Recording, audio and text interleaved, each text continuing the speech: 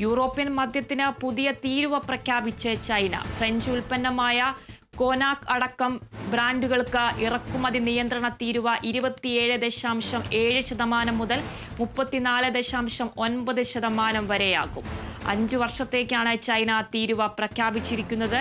രാജ്യത്തെ വീഞ്ഞ് ഉൽപ്പാദനത്തെ യൂറോപ്യൻ മദ്യത്തിന്റെ വ്യാപക ഇറക്കുമതി ബാധിക്കുന്നുവെന്നാണ് ചൈനയുടെ വിമർശനം.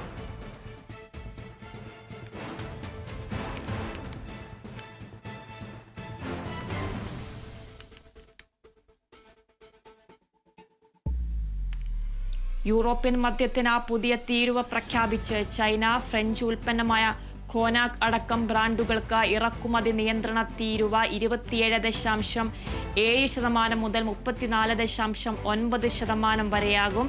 5 വർഷത്തേക്കാണ് ചൈന തീരുവ പ്രഖ്യാപിച്ചിരിക്കുന്നത്. രാജ്യത്തെ വീഞ്ഞ് ഉൽപ്പാദനത്തെ യൂറോപ്യൻ മദ്യത്തിന്റെ വ്യാപക ഇറക്കുമതി ബാധിക്കുന്നുവെന്നാണ് ചൈനയുടെ വിമർശനം.